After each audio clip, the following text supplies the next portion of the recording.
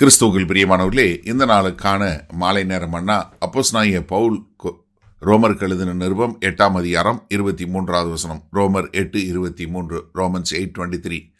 அதுவும் அல்லாமல் ஆவியின் முதற்பலன்களை பெற்ற நாமும் கூட நம்முடைய சரீர மீட்பாகிய புத்திர சுவிகாரம் வருகிறதற்கு காத்திருந்து நமக்குள்ளே தவிக்கிறோம்.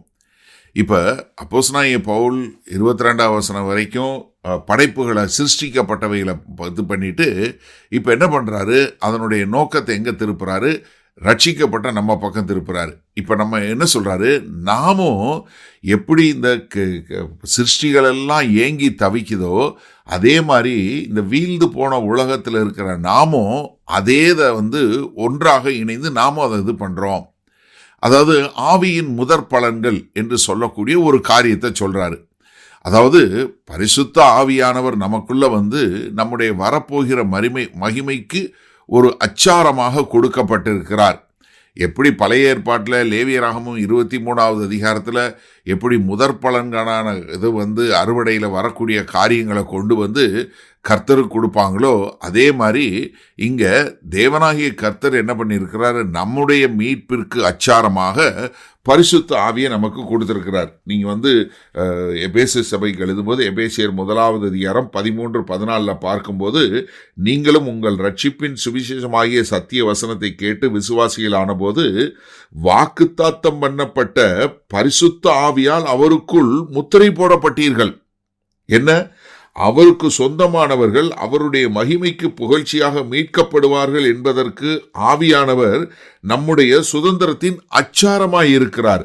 ஒரு இனிஷியல் டெபாசிட் மாதிரி பரிசுத்த ஆவியானவர் நமக்கு கொடுக்கப்பட்டிருக்கிறார், ஆவியின் முதற் பலன்கள் என்று சொல்லக்கூடியதாக. அதனால நம்ம என்ன பண்றோம், நமக்குள்ள ஒரு டென்ஷன் என்ன, நம்ம ரட்சிக்கப்பட்டு விட்டோம், ஆனா இன்னமும் இந்த அழிய போகிற இந்த சரீரத்தில் இருக்கிறோம். இந்த சரீரம் என்னவா இருக்கு, ஒரு பலவீனம் உள்ளதா, பாவம் நிறைந்ததா, அழியக்கூடியதா இருக்குது. அப்போ நம்ம என்ன பண்றோம், இதுக்குள்ள இருந்து நம்ம ஏங்கி தவிக்கிறோம். எப்பொழுது இதுல இருந்து விடுதலை உண்டாகும்? ஏன்னா நம்ம ரோமர் 8:15-16 பார்த்தோம், நம்ம எப்படி அப்பா பிதாவே என்று அழைக்கக்கூடிய புத்திர சுவிகாரத்தின் ஆவியை கொடுத்திருக்கிறாரு. அது நமக்கு இன்னும் முழுமையா வரல.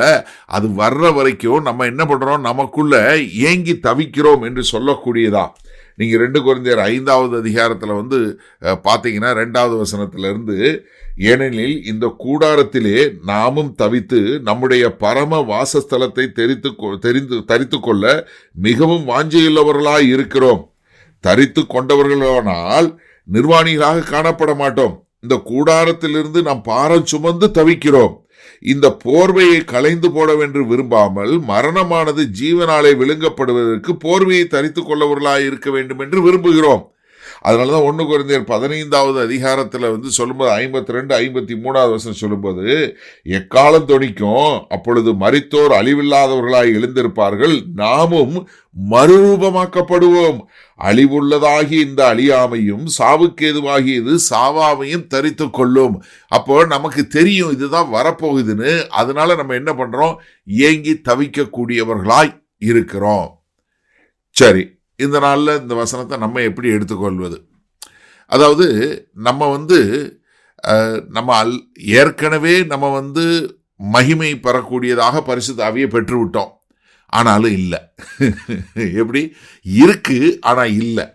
ஏன்னா நமக்கு ஏற்கனவே பரிசுத்த ஆவியானவர் கொடுத்துடப்பட்டாரு, ஆனா நமக்கு முழுமையான மீட்பு வந்துருச்சா? இல்லை.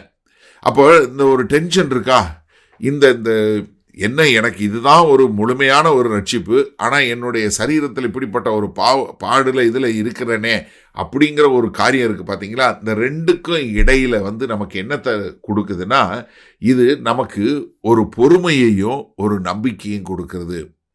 அப்போ நான் ஒரு சரீர பிரகாரமாக ஒன்று பாடு இல்லை இல்லை நோய் இல்லை மரணம் இல்லை கால் வலி முட்டு வலி இப்படி இதெல்லாம் வரும்போது நான் என்ன பார்க்குறேன், என்னுடைய எதிர்காலத்தில் இது கிடையாது.